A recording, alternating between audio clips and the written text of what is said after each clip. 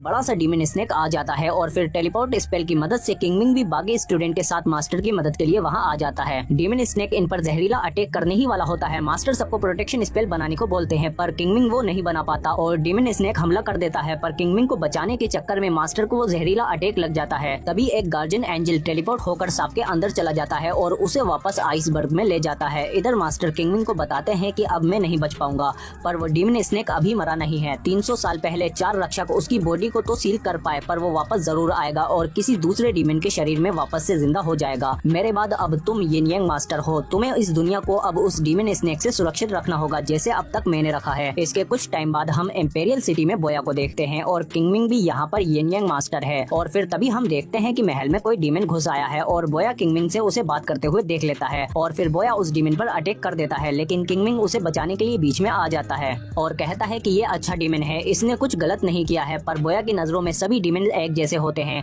और वो उसे मारने की कोशिश करता है, पर किंगमिंग उसे बचा लेता है और फिर टेलीपोर्ट स्पेल की मदद से उस डीमन को लेकर वहाँ से चला जाता है। और फिर हम देखते हैं कि वो डीमन कहता है कि आपने मेरी जान बचाई, आज से पहले किसी ने भी एक डीमन के लिए इतना कुछ नहीं किया, इसीलिए मैं आपका गार्जियन एंजल बनना चाहता हूँ। जिस पर किंगमिंग मान जाता है और उस डीमन को अपना गार्जियन एंजल बना लेता है। इधर एम्प्रेस बोया को ऑर्डर देते हैं कि वो सेलेस्टियल ऑब्जर्वेशन में जाए और बाकी मास्टर को इकट्ठा करे ताकि ये लोग उस डीमन स्नेक को मार सकें, क्योंकि उसका खतरा अभी टला नहीं है। इसके बाद बोया वहीं सेलेस्टियल ऑब्जर्वेशन में आता है जहां इसे 4 मास्टर से मिलना है, जिनमें से एक किंगमिंग भी होता है। बोया कहता है कि किंगमिंग इन मास्टर के काबिल नहीं है क्योंकि इसने एक डीमन की मदद की थी, पर तभी वहां मास्टर लोंजी भी आ जाती हैं और बताती हैं कि मैं भी उन 4 मास्टर में से एक हूं। और फिर तीसरे मास्टर शोए भी वहां आ जाते हैं जो कि किंगमिंग के मास्टर की तरह लगते हैं, पर चौथे मास्टर अभी नहीं आए हैं। शोए बताता है कि आप लोग यहाँ बिल्कुल सुरक्षित हैं क्योंकि ये जगह पूरी तरह से एक कवच से ढकी हुई है, कोई भी डीमन यहाँ नहीं आ सकता।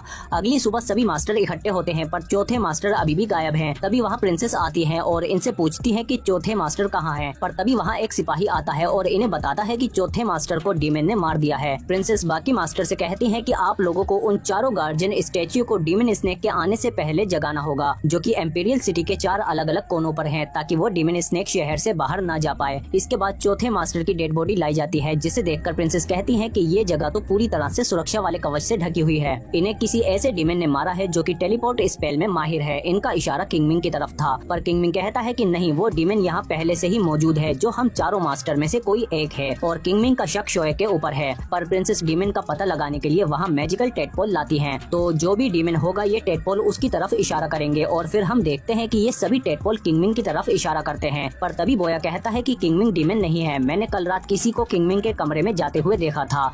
और फिर किंगमिंग भी अपने पास से एक छोटा सा जीव निकालता है और कहता है कि उसने मेरे पास ये रखा है ताकि टेडपोल मेरी तरफ इशारा करें। तो अब ये तो पता नहीं चल सका कि असली डीमन कौन है, पर किंगमिंग कहता है कि वो जो भी है उस डीमन स्नेक को वापस से आजाद करना चाहता है, इसीलिए उसने चौथे मास्टर को मार दिया ताकि वो उन 4 गार्जियन स्टैच्यू को न जगा पाए। प्रिंसेस कहती है कि हमें उस डीमन स्नेक के जागने से पहले उन 4 गार्जियन स्टैच्यू को जगाना होगा। इसके बाद हम देखते हैं कि बोया, लोंजी और शोए डीमन की आत्माएं यानी डीमन स्पिरिट को पकड़ने के लिए निकल जाते हैं और कई सारे डीमन की स्पिरिट्स यानी उनकी आत्माओं को पकड़ लेते हैं और फिर गार्जियन स्टैच्यू को जगाने की कोशिश करते हैं, पर वो नहीं जागते क्योंकि इन 4 स्टैच्यू को जगाने के लिए काफी ज्यादा डीमन स्पिरिट की जरूरत है। पर बोया देखता है कि किंगमिंग डीमन स्पिरिट को पकड़ने के बजाय यहाँ अपने एंजल गार्जियन के साथ बैठकर ड्रिंक कर रहा है। इसके बाद अगले दिन ये तीनों फिर से डीमन स्पिरिट्स को पकड़ने के लिए जाते हैं, पर अब भी किंगमिंग अपने गार्जियन एंजल के साथ ही बैठा था। और फिर बोया के पूछने पर किंगमिंग बताता है कि मैं तुम्हारी तरह छोटे छोटे डीमन को मारकर उनकी स्पिरिट नहीं पकड़ूंगा, बल्कि मैं एक ही पावरफुल डीमन को पकड़कर उसकी स्पिरिट से गार्जियन स्टैच्यू को जगाऊंगा। और जल्द ही इन्हें पता चलता है कि एक वॉर्म डीमन ने प्रिंसेस पर अटैक कर दिया है। जब किंगमिंग और बोया उनके पास आते हैं तो वो देखते हैं कि वो वॉर्म डीमन प्रिंसेस की बॉडी में घुसकर उन्हें कंट्रोल कर रहा है, पर किंगमिंग एक निडल की मदद से उस वॉर्म डीमन को अपने अंदर सोख लेता है और फिर वो डीमन किंगमिंग को भी कंट्रोल करने की कोशिश करता है, पर बोया उसके हाथ से डीमन को उसके सिर तक ले आता है और फिर किंगमिंग बोया की मदद से उस डीमन को अपने अंदर से बाहर निकाल लेता है और फिर उसकी डीमन स्पिरिट से किंगमिंग एक गार्जियन स्टैच्यू को जगा देता है। इसके बाद बोया किंगमिंग को बताता है कि मेरी माँ को एक डीमन ने मारा था, इसीलिए मैं सभी डीमन से नफरत करता हूँ। पर किंगमिंग कहता है कि मेरे केस में उल्टा है, मेरी माँ एक डीमन फॉक्स थी जिन्हें इंसानों ने मार दिया था। इसके बाद सिर्फ मेरे मास्टर ने ही मुझे पाला था, पर उस डीमन स्नेक की वजह से वो मुझे बचाते हुए मारे गए और मुझे जाते वक्त एक तलवार दे गए ताकि मैं उस डीमन स्नेक को मार सकूं। इसके बाद ये दोनों जब प्रिंसेस के पास आते हैं तो इन्हें उनका चेहरा नहीं दिखाई देता, पर फिर हम देखते हैं कि लोंजी को प्रिंसेस की सच्चाई पता चल जाती है, इसीलिए एक हेयर डीमन अपने बालों से मास्टर लोंजी का गला काट कर चली जाती है और फिर मास्टर लोंजी भी मर जाती है। इसके बाद हमें पता चलता है कि ये सब प्रिंसेस और शोए का प्लान था। ये दोनों ही उस डीमन स्नेक को वापस से आजाद करना चाहते हैं। जब किंगमिंग और बोया इनके पास आते हैं तो प्रिंसेस बताती है कि मैं प्रिंसेस नहीं बल्कि एम्प्रेस हूँ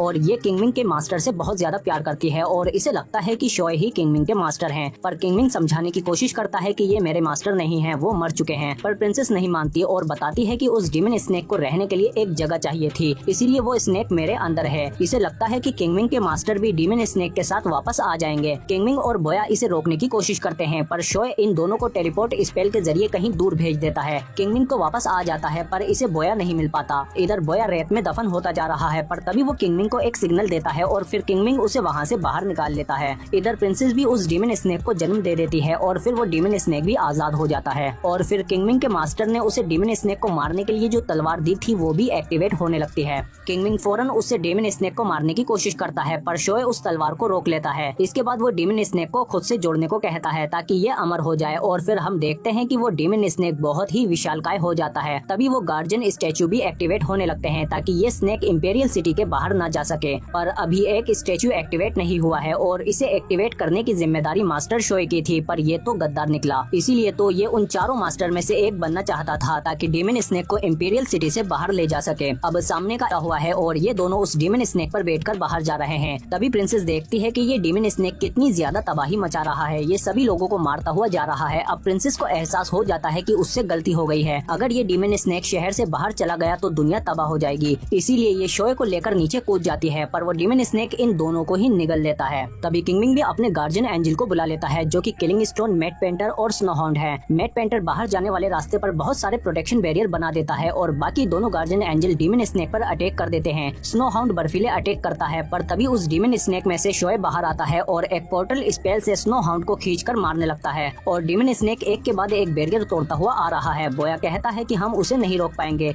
इसीलिए मुझे अपने खून से उस चौथे गार्जियन स्टैचू को एक्टिवेट करना होगा। किंगमिंग कहता है कि इसमें तुम बेहोश हो जाओगे, बहुत खतरा है, पर बोया नहीं मानता और चला जाता है। इसके बाद डीमन स्नेक जैसे ही बैरियर तोड़कर आता है तो मैट पेंटर खुद को एक प्रोटेक्शन स्पेल में बंद करके उसके मुंह में चला जाता है पर डीमन स्नेक बहुत ही पावरफुल है और वो मैट पेंटर को मार देता है और उसके साथ ही उसके बैरियर भी हट जाते हैं। इधर किलिंग स्टोन भी डीमन स्नेक को चीरता हुआ आगे बढ़ता आ रहा है पर शोए आकर उसे भी रोक देता है। किलिंग स्टोन उस पर अटैक करता है पर कोई फायदा नहीं। इधर स्नोहाउंड किंगमिंग से कहता है कि आप जाकर बोया को देखो, इसे हम पर छोड़ दो। और फिर जब किंगमिंग बोया के पास आता है तो वो देखता है कि खून ज्यादा बहने की वजह से किंगमिंग बेहोश हो गया है। इधर किलिंग स्टोन शोए से लड़ने की कोशिश करता है पर शोए बहुत ही पावरफुल है और वो इसे बहुत ही बुरी तरह से मारने लगता है और फिर पावरफुल पंचेस पे पंचेस मार मार कर किलिंग स्टोन को नीचे फेंक देता है। इसके बाद स्नोहाउंड स्नेक को रोकने के लिए एक बर्फीला प्रोटेक्शन बैरियर बना देता है पर वो स्नेक उस बैरियर को तोड़ता हुआ लगभग शहर के बाहर ही आ जाता है। पर तभी हम देखते हैं कि वो चौथा गार्जियन स्टैचू भी एक्टिवेट हो जाता है और इंपीरियल सिटी पूरी तरह से ब्लॉक हो जाती है। अब डीमन स्नेक बाहर नहीं जा सकता। तभी हम देखते हैं कि उस गार्जियन स्टैचू को तोड़कर बोया का गार्जियन एंजल भी बाहर आ जाता है और फिर किंगमिंग की मदद से वो एंजल शोए से लड़ने पहुंच जाता है और ये वाला एंजल काफी पावरफुल लग रहा है और इन दोनों के बीच एक टक्कर का मुकाबला होता है और दोनों ही एक दूसरे पर भारी पड़ रहे हैं पर धीरे धीरे शोए ज्यादा भारी पड़ने लगता है। इधर किंगमिंग टेलीपोर्ट स्पेल से डीमन स्नेक के अंदर जाता है और प्रिंसेस को यकीन दिलाने के लिए वो उन्हें दिखाता है कि मेरे मास्टर मर चुके हैं, शोए सिर्फ उनका गार्जियन एंजल है, वो अब वापस नहीं आ सकते। और फिर प्रिंसेस को यकीन हो जाता है और किंगमिंग उन्हें स्नेक के पेट से बाहर ले आता है और फिर किंगमिंग टेलीपोर्ट स्पेल के जरिए वो जादुई तलवार बोया को देता है और बोया वो तलवार लेकर डीमन स्नेक की तरफ फेंक कर मारता है पर तभी शोए उसे रोक लेता है और किंगमिंग से कहता है कि मैं तुम्हें दिखाऊंगा कि असली प्रोटेक्शन स्पेल क्या होता है। पर तभी प्रिंसेस एक तलवार उठाकर अपने गले पर रख लेती है और कहती है कि डीमन स्नेक के मरने के बाद मैं भी अमर नहीं रहूंगी और अपनी गर्दन काट लेती है